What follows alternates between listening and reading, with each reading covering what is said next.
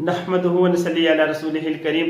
कभी गौर किया स्कूल से आते ही बच्चे को सबसे पहले किस चीज़ की ज़रूरत होती है? स्कूल से आते ही थका हुआ बच्चा मोहब्बत चाहता है, मुस्कुराहट चाहता है।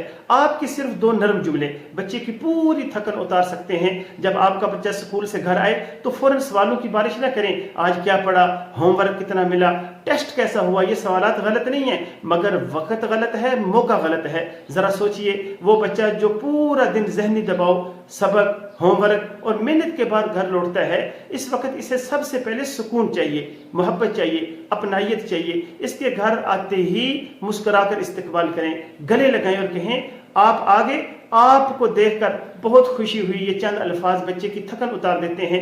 इसे थोड़ा वक्त दें, पानी पीने दें, कपड़े बदलने दें, फ्रेश होने दें। फिर देखिए, जब बच्चा खुद को पुरसुकून महसूस करेगा तो वो खुद आपसे अपने स्कूल की बातें करेगा, अपनी खुशियाँ, परेशानियाँ और दिल की हर बात शेयर करेगा। याद रखें, मोहब्बत से जुड़ा हुआ बच्चा डांट से नहीं, अपनायत से संवरता है।